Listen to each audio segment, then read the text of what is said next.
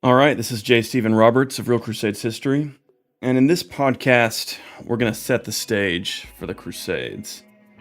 We're going to look at the Christian and Islamic worlds on the eve of the Crusades in the mid-11th century. So let's take a look at that. All right, in the 11th century, between the Atlantic Ocean and the Sahara Desert, the Persian Gulf, the rivers of Western Russia, and the Arctic Circle, we have these two civilizations. We have Christendom and Islam. At the heart of the Christian world are the cities of Rome and Constantinople. And at the heart of the Islamic world are the cities of Baghdad, Cairo in Egypt, and Cordoba in the Iberian Peninsula, in the southern Iberian Peninsula. The remnants of the Eastern Roman Empire. The Eastern Roman Empire survives as the Byzantine Empire, with its capital centered at Constantinople, its capital city of Constantinople. And it exists between the Danube and the Taraz Mountains. Western Europe, on the other hand, this is part of where the Western Roman Empire existed. And Roman feeling and assumptions and cultural, the Roman cultural legacy is still strong in Western Europe. Latin is the basis of the language system that exists there. Indeed, we can describe Western Christian civilization as Latin Christendom. On the other hand, of course, the Byzantine Empire, the Eastern Roman Empire, the surviving Eastern Roman Empire, is a Greek-speaking civilization. In the West, we've got the Holy Roman Emperors, who claim succession to Rome. Islamic civilization exists in the Near East, Syria and Palestine, parts of Mesopotamia, Egypt, and further west into North Africa, and a good chunk of the Iberian Peninsula, the southern Iberian Peninsula, and really up into the central part of it at this point in the mid-11th century. Islam, since its founding, has been centered on this idea of a caliphate. And as we get into the mid-11th century, we've still got a caliph in Baghdad. Although to what degree this caliph is actually the main power in the Islamic world, that is certainly questionable. And indeed, the whole of the Islamic world is not loyal to this caliph in Baghdad. So as we pointed out earlier, we're talking about Christian civilization and Islamic civilization. Religion really defines these civilizations. Neither is united within itself. In the 10th century, a new Shiite caliph emerged in Egypt, the Fatimid Caliphate. And indeed, Fatimid Egypt is one of the great powers in the Islamic world at this time. We also had a caliph in Cordoba, in the Iberian Peninsula, which existed in opposition to the Abbasid Caliph in Baghdad. However, in the early 11th century, the caliphate in Cordoba disintegrates, and we've got the various territories of Islamic Spain, Islamic Iberia, splintering off into these smaller kind of city-states, or taifas, if you will. Christendom also is not united. We've got, for the Byzantine Empire, we've got this Orthodox Christianity. And within Eastern Christendom, you have a variety of strains of Orthodox Christianity. You've got the Armenian Church, you've got the Maronites, the Syriac Church. So even within Eastern Christendom, you don't necessarily have a united Orthodox Church. In Byzantium, we kind of have this idea of Caesaropapism. So the Byzantine emperor, in many ways, is kind of the head of the Byzantine Church. Theoretically, the Patriarch of Constantinople is at the top, but in a lot of ways, the emperor is kind of the leading figure in the Byzantine Church. So he's not only the political leader, the leading figure in the political world of Eastern Christianity, but he's kind of at the top of the religious system as well. In the Western European Latin Christian world, the great figure is the Pope in Rome. And all through the early Middle Ages, the Pope kind of existed as this really important, not only a political figure, but, well, not only a religious figure, but a political figure as well. In the very early Middle Ages, just as we were coming out of the era of the collapse of the Western Roman Empire, the popes had been almost the only surviving institution, in some respects, from the ancient world. By the time we get to the 11th century, the papacy is the oldest lasting institution in the Western European world. The Latin Church is centered around the papacy as at its head, theoretically. In some respects, you've got a lot of power centralized in the local churches in these various kingdoms. So, for example, the Frankish Church, the churches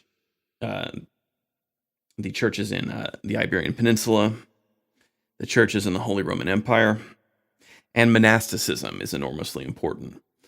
The great abbeys and the great monastic houses of Western Europe are central hubs of church power in a lot of respects, and indeed, a lot of popes come out of these great abbeys, these great monastic communities. There are very few non-Christians living under the great Christian powers of this era in the 11th century. Meanwhile, there are a lot of non-Muslims who live in the Muslim world, who are living under Muslim rule. This is primarily because the Islamic world, is made up of conquered Christian and pagan territory, but especially Christian territory in the area we're talking about, in the Mediterranean world. We look at the Islamic world as we just laid it out. Syria, Palestine, Egypt, North Africa, the Iberian Peninsula. This was the old Eastern Christian Roman Empire, huge areas of that territory. In the case of Spain, the Western Roman Empire and Western North Africa as well. But this had all been Christendom, and now it is under Islamic rule, and so there's still large Christian populations, considerable Christian populations, living under what is now these Muslim powers. In both the Islamic and Christian worlds, we've got settled agrarian economies, which drive the civilizations. In Byzantium and Islam, we've got lively commercial activity, so trade, extensive trading networks centered around gold currencies. Meanwhile, in Western Europe, urbanization is in its infancy.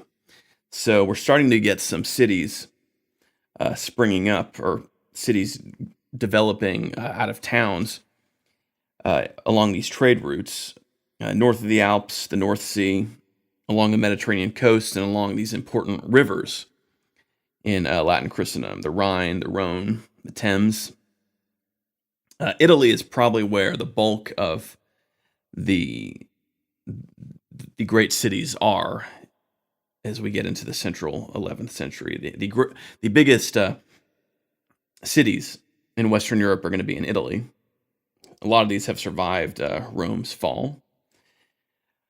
Nevertheless, the sizes of the cities kind of tell us something about where the greater wealth exists at this time. The Eastern Mediterranean has these metropolises with populations in the hundreds of thousands. So in the Byzantine world and the Islamic world, the cities are just quite a bit larger.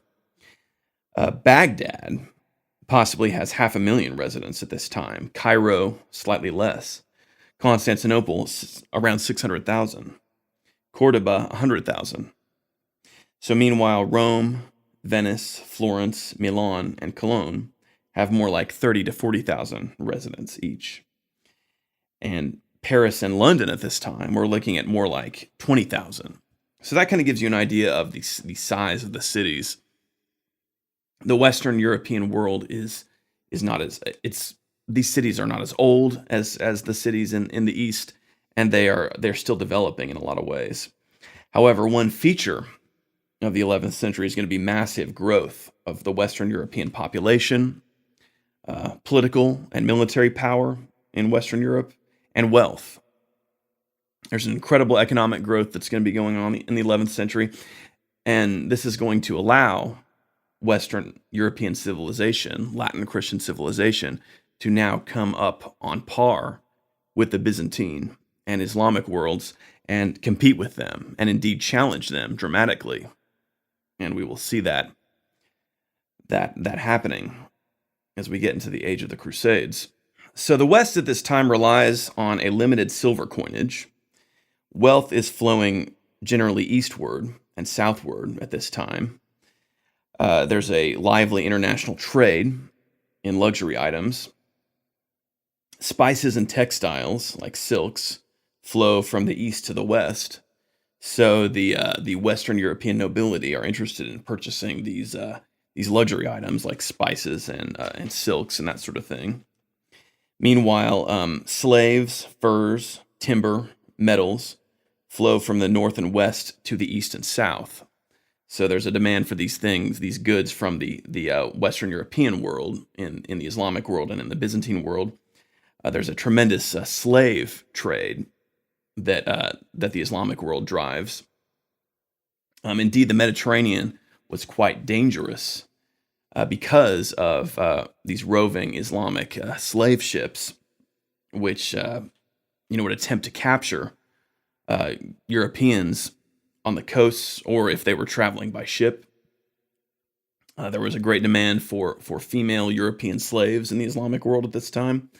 So this is quite different from what we had in the situation in the ancient Roman Empire. Right? During that era, during the era of the Roman Empire, when all of the Mediterranean was controlled by Rome, travel around the Mediterranean was fairly safe, and trade flowed more easily.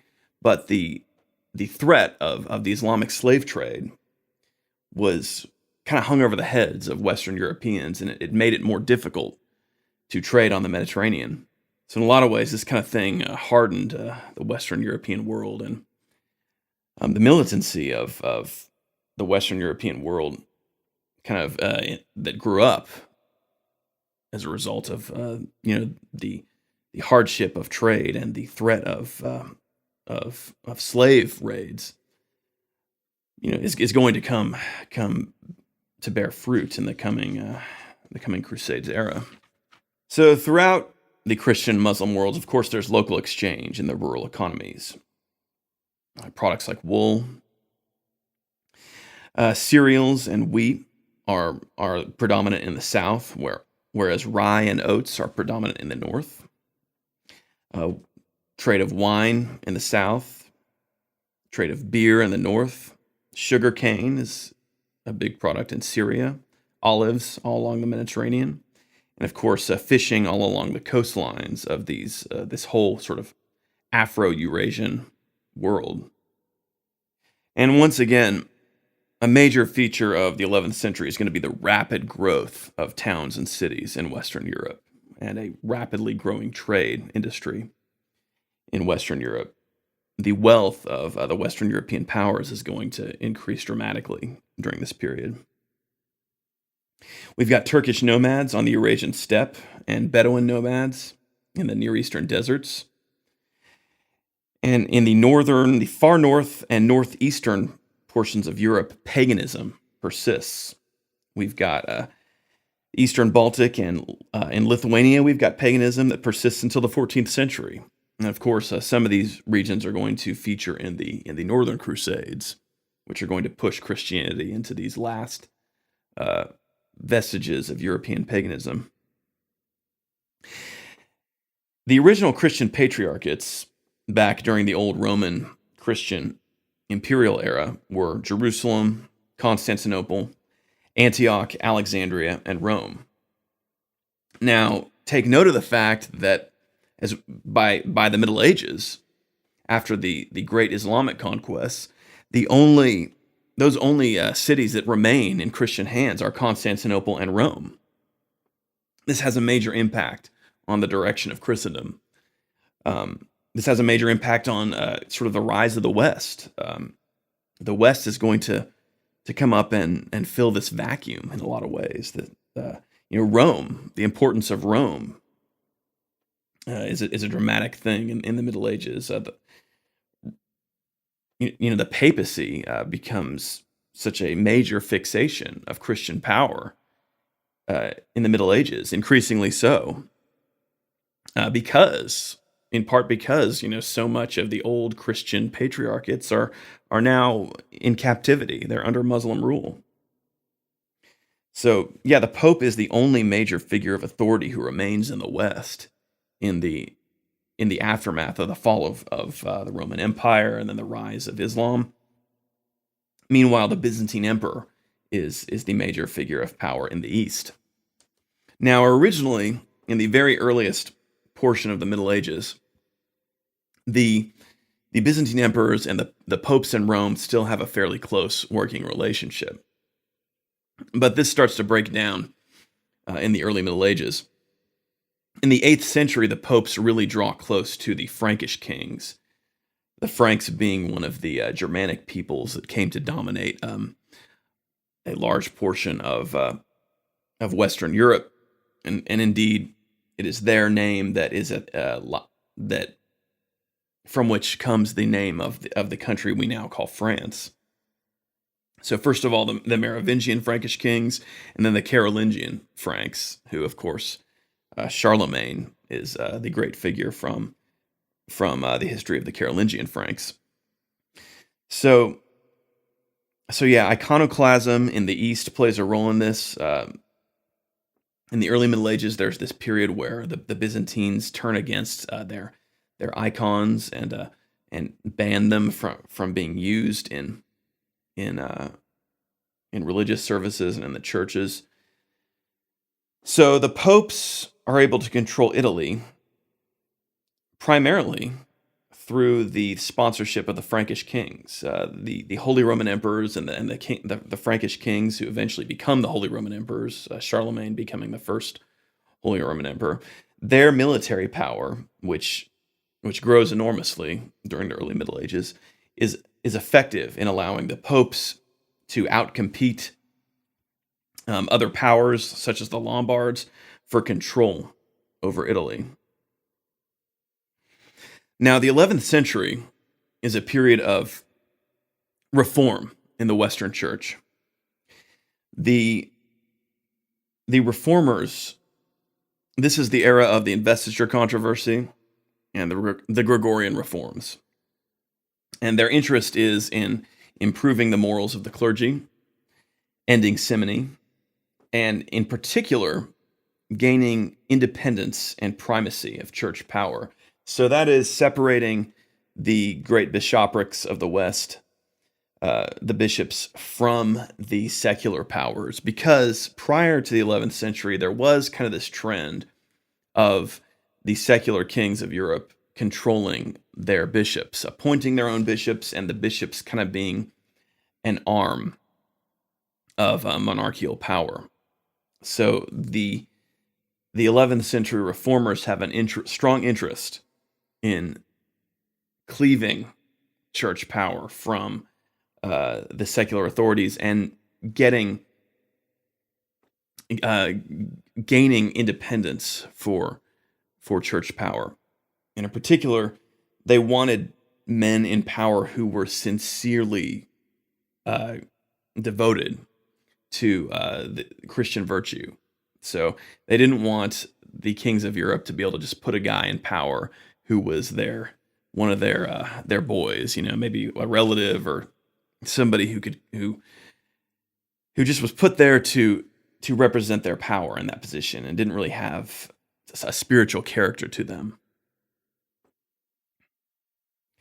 Now, of course, the truth is that even into the High Middle Ages, a lot of these great, bishoprics of these various regions, like for example, the Archbishop of Toledo in Spain, and just these various important bishops are going to still remain kind of a part of monarchical power, but the reformers are going to achieve their goals for the most part. So so there was this whole process of Reformation of the 11th century reforms created a bitter dispute between the Holy Roman Emperors and the popes. In particular, we can look at this long-standing feud between Emperor Henry IV and Pope Gregory VII. The question was, who has the right to invest bishops, the king or the pope? The reformers insisted that the pope alone could invest a bishop, that a king could give his suggestions to the pope, but ultimately it's got to be the pope who's got control over the bishoprics. Indeed, as we get into the era of the Crusades, and we look at Pope Urban II's call for the First Crusade, he talked about liberating the church in the East. And this kind of resonated with the idea of liberating the church during the investiture controversy. So this was a big deal for churchmen at this time, to liberate the church, throw off the yoke of secular power. So the rise of the Crusades kind of, in some ways, springs out of this era of the investiture controversy. And in part two, the Crusades are going to be about the papacy wanting to turn secular power toward the ends of the church rather than vice versa. So, directing the knightly the powers of knightly force, the knightly classes toward an end of the church, in particular, pushing back the Muslim powers in the East. Okay, so the Holy Roman Empire in the 11th century is one of the least centralized kingdoms, if you will, in Western Europe at this time. You've got far more centralized monarchies like in England and the Spanish kingdoms. The Holy Roman Empire is really made up of these disparate regions, which are in, what is now Germany, roughly, which are dominated by very strong dukes and bishops. So Bavaria, Swabia, Franconia, Saxony, Lorraine, and then with the expansion of Christendom into the East, you've got what are called these marcher lords. So in Austria and regions like that, the German king's power, so kind of the king at the top of this structure, is really dependent on the personal dynastic lands of the king himself. So, for example, Otto I, he was Duke of Saxony. The control of the church played an important role in this, because in some ways the church was one of the key imperial institutions that through which the Holy Roman Emperor could exercise his power. Because again, you've got all these important lords at the top of these duchies, these important dukedoms. Well, the church and the wealth of the church and the bishops, control of the church and the bishops. This is one way that the Holy Roman Emperors kind of magnified their prestige and exercised their power.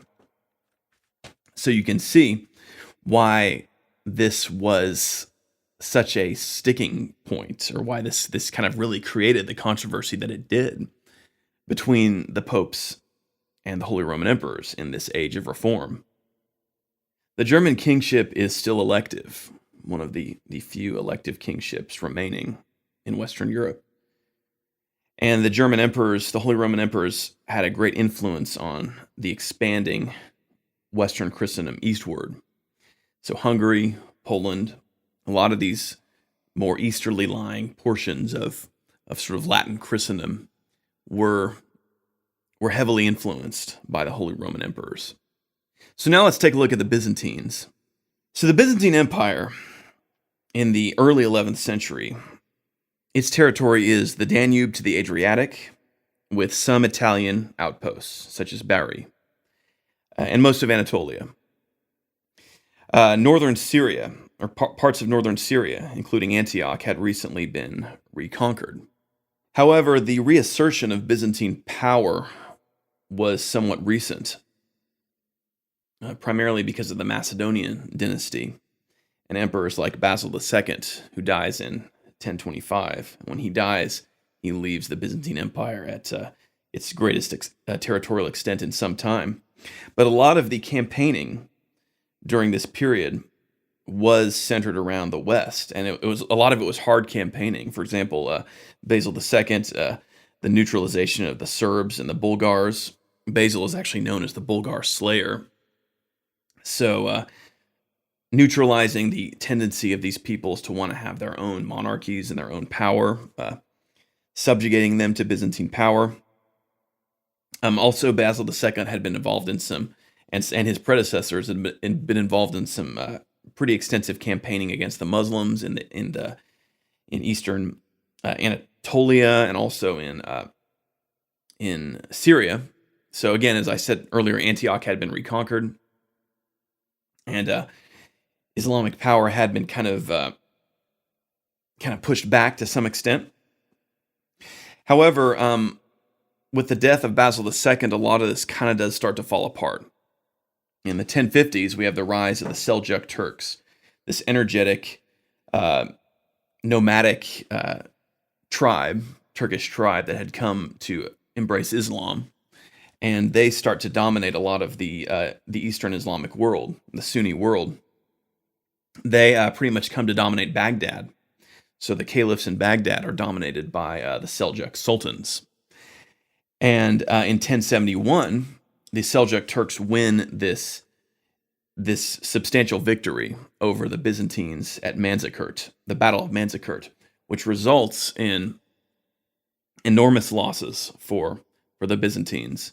Their influence in Syria is pretty much evaporated, and crucially, the Seljuks come to dominate Anatolia, which is a very important part of the Byzantine Empire. This is where they drew a lot of their military from, a lot of their wealth.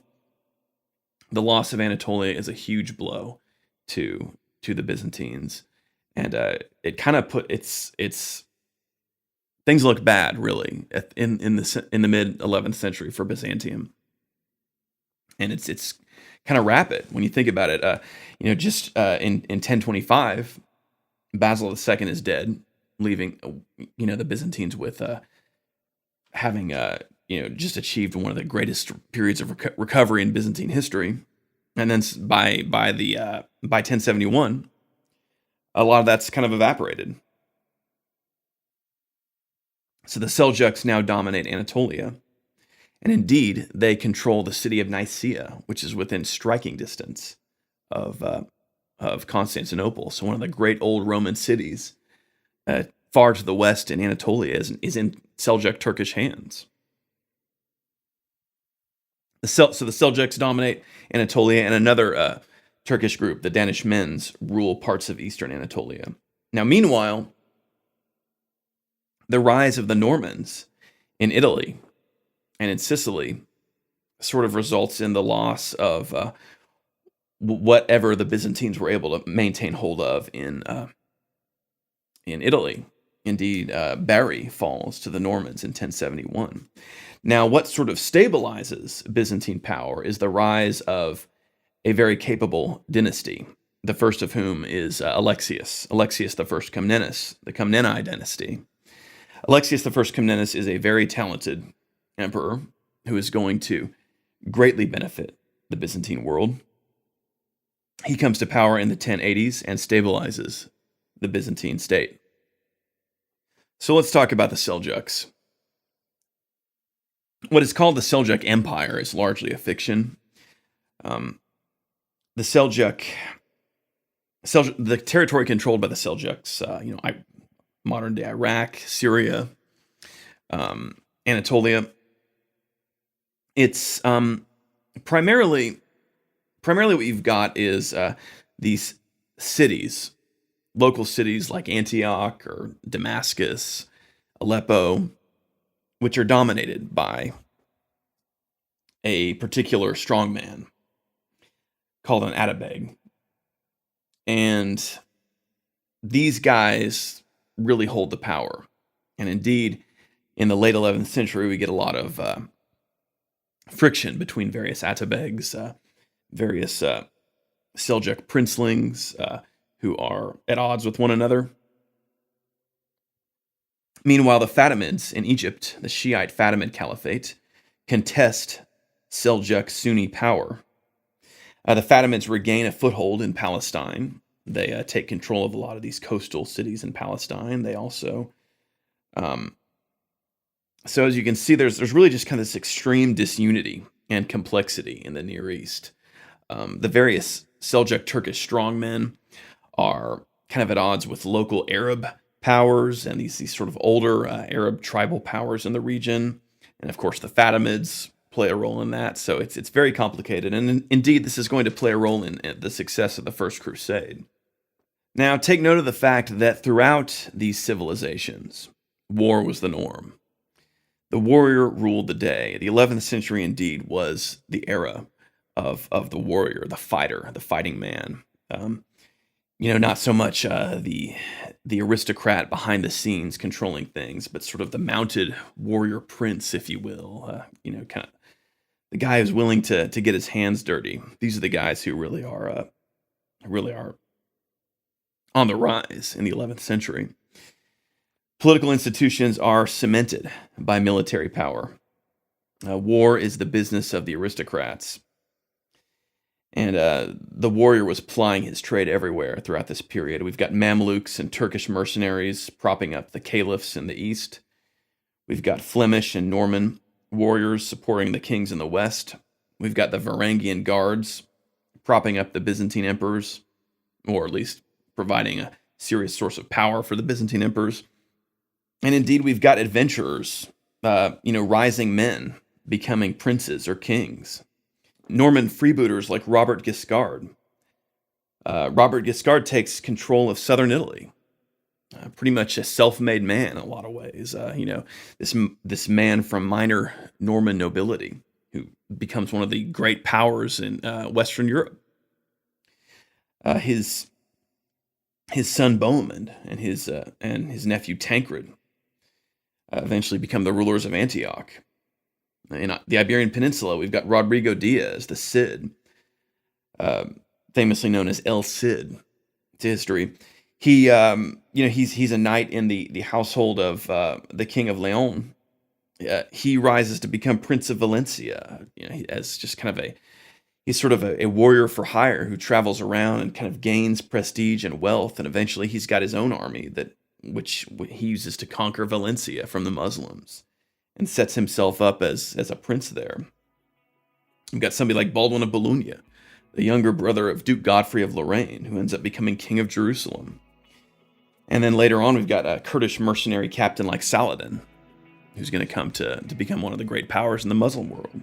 So yeah, this is the era of the warrior. This is the first time when kings are depicting themselves on coins as mounted warriors. They're not showing themselves necessarily just as a guy on a throne, but now they're showing themselves as a warrior with a sword and a shield on a horse or a lance. So there's a lot of prestige attached to the mounted warrior. So there you have it, guys. That's kind of our setting for the Crusades. This is the world into which the Crusades burst on the scene. And we're going to get into that in the next podcast. I'll talk to you soon. I'd like to add, if you like my work, please become a supporter on Patreon. You can find the link below. And also check out my novel of the Crusades, Why Does the Heathen Rage? There's also a link to that below.